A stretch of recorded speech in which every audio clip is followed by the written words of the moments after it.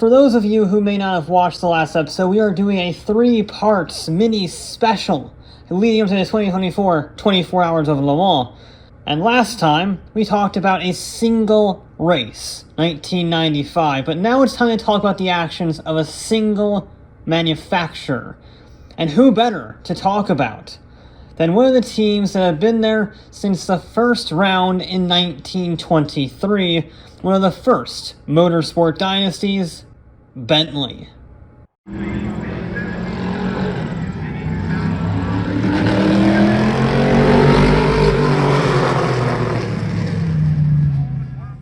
Walter Owen Bentley started out selling cars for a small manufacturer called Dorrit, Flanagan and Parent, but switched to making aluminum airplane engine components for the Great War.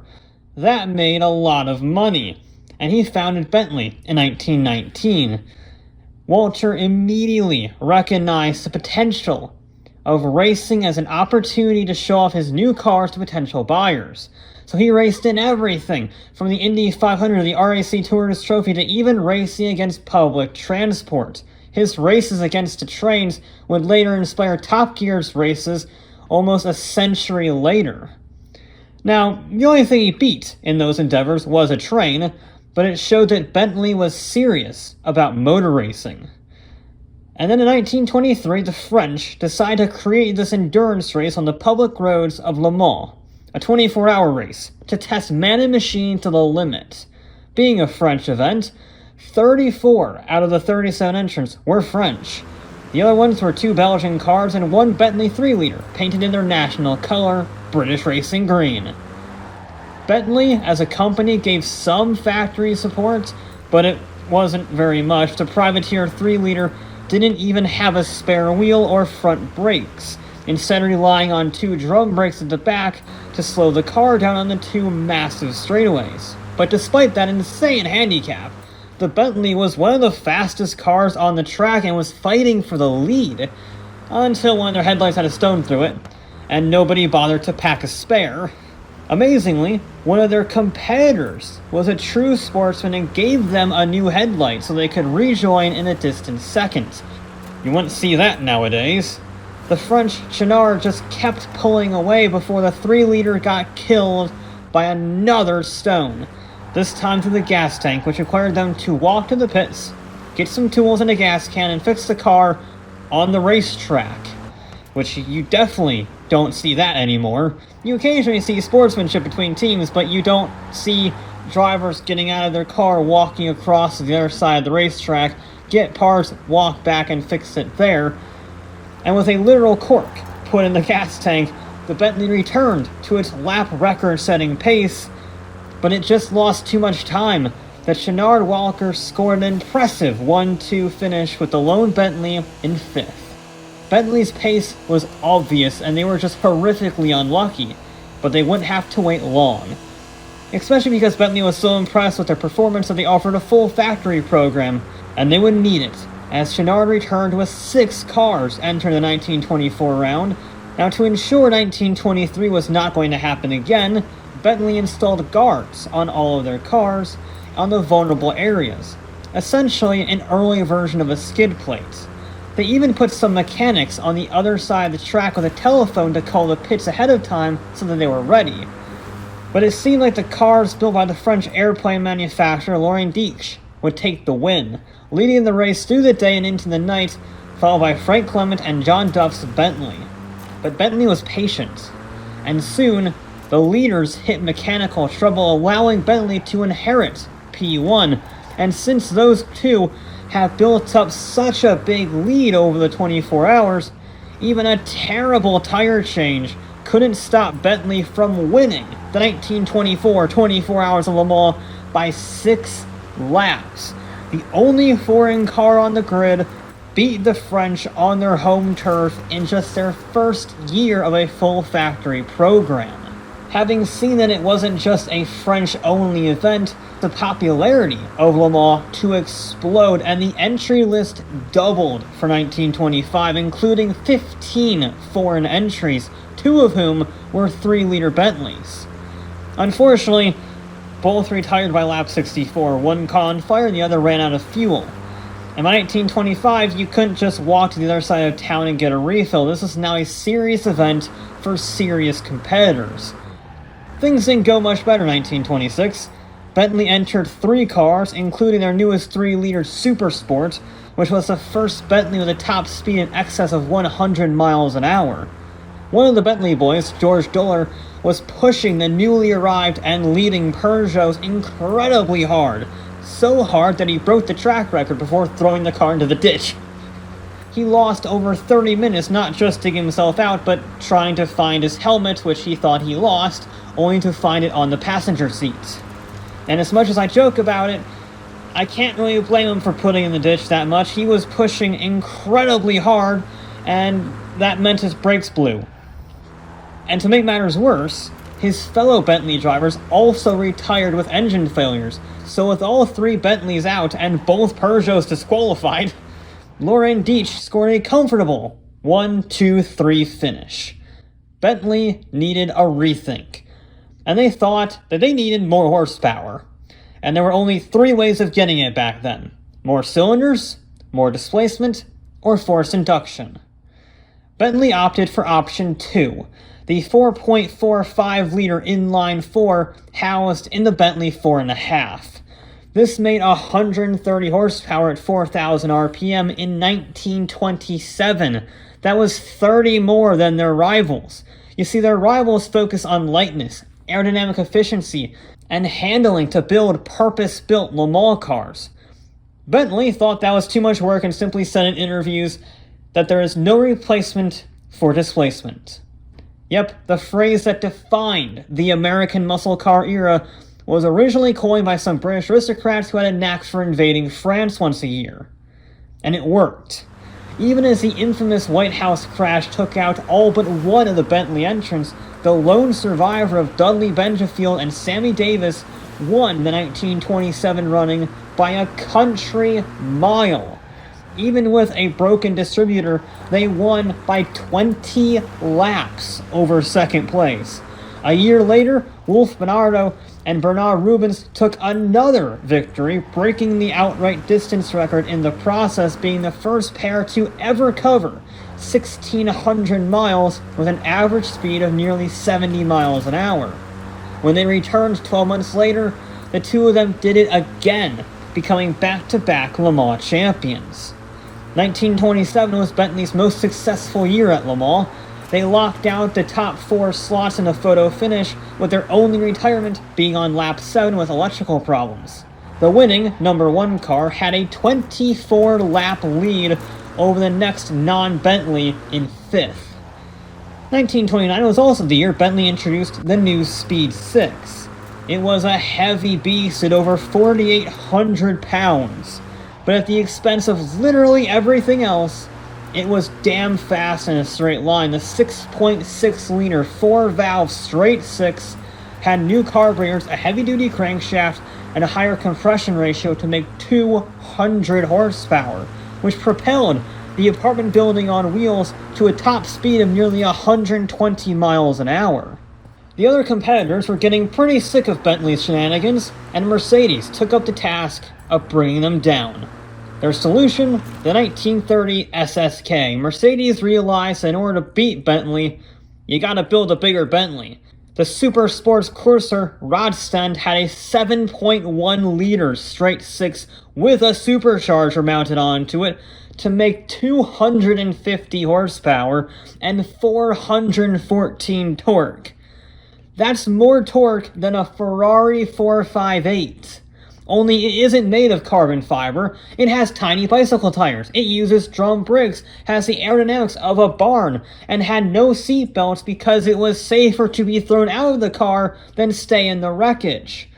But Bentley responded in form. In addition to fielding 3 Speed 6s in 1930, they brought along 2 of their brand new 4.5-liter blowers.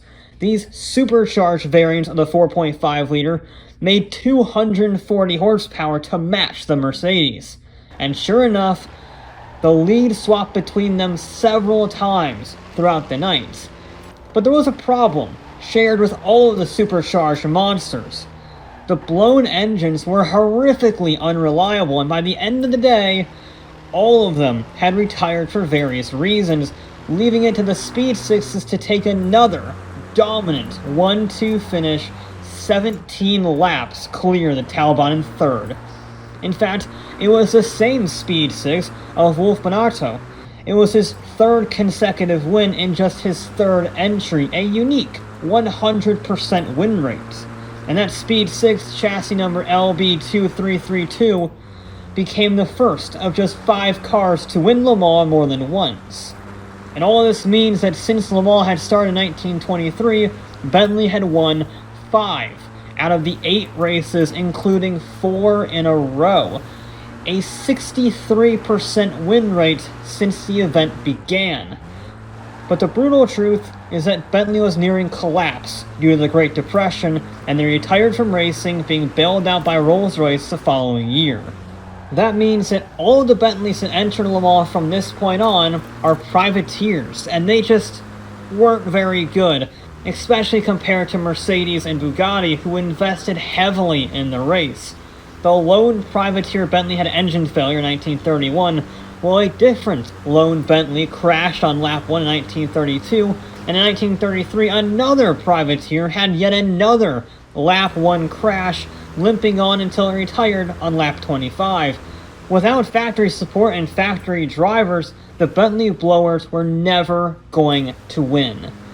So people stopped competing with them after 1934. And then Le Mans stopped competing for a little while as France was turned into the moon once again, before restarting in 1949. And a Bentley was there to see it, but not the one that you would expect. It was a custom-built 1938 4.5-liter sedan designed for a Greek businessman, Nico Ambrikos. I said that wrong, I'm sorry. He had started testing the streamlined machine at Brooklands in 1938, but things went south in the world for a few years, and he stayed in Britain. So by the time Le Mans happened in 1949, the car had 60,000 miles on it. Amazingly, the daily driver finished the race, and finished well, scoring 6th overall, the best of the British entrants.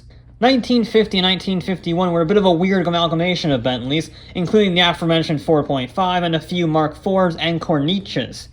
None were very successful, but one story was incredible nonetheless.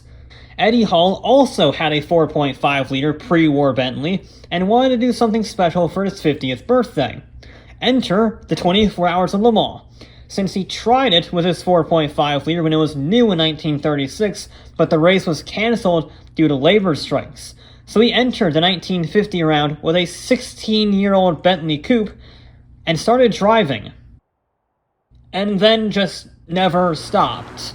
Oh, he had Tom Clark as a co-driver, but every pit stop, Hall just waved him off. Back then, there weren't the same rules about stints that we have now, so Clark was only his backup if he really needed him. And Eddie never did. He finished the 24-hour race 8th overall and 4th in class, a monumental achievement. Several drivers have done very long stints throughout Le Mans history, but he remains the only person to ever complete the entire race by himself. The stint rules were created because of him in the 1950s, and if the 1950s say something is dangerous, it's really bloody dangerous. Ironically, the next closest person to complete the race by themselves was the winner of that same event, Louis Razor, who did all but 2 laps. It's a shame that the best story of this post-war saga resulted in just an 8th place, but Rolls-Royce didn't believe in motorsport, and 1951 would be the last Bentley to ever race at Le Mans. Fast forward nearly 50 years and Bentley was a shadow of its former self, and its owner, Vickers, wanted an out. And he found one in the form of Ferdinand Piëch, then CEO of Volkswagen. You see, he was buying up struggling car companies left and right to form the largest car company in the world. He bought flashy supercars with Lamborghini and Bugatti. He had cheap economy cars with Skoda, sports sedans with Audi, and he saw Bentley as an opportunity for mass production luxury cars. He also saw the damage done to Bentley's reputation, and with the Continental GT in development, he needed to rehabilitate their image. The plan was simple: build an LMP car to win Le Mans.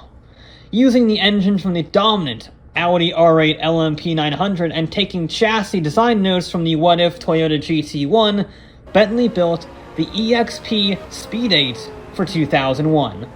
The two-car team led by Andy Wallace made mincemeat of the privateer Audis and Chryslers, but the Jost factory Audis were well out of reach.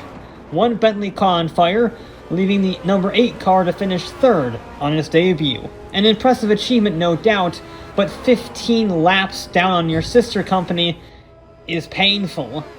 So next year, Bentley was developing a new engine instead of using Audi's hand-me-down, so they entered only one Speed 8 development car into Le Mans. It struggled in qualifying again, but recovered from 11th to finish 4th behind the 1-2-3 dominance of Audi Jost Racing. You see, Audi was just too good. I will admit that straight up right here, right now. Audi was a tour de force at endurance racing. So Volkswagen played the team game, and all of its factory support went to Bentley for 2003. And it remains a controversial decision because, well, Bentley was objectively slower than Audi, but Ferdinand was not one who cared about public opinion and focused on the fact that it made business sense to put all of their eggs in the Bentley basket, if only once.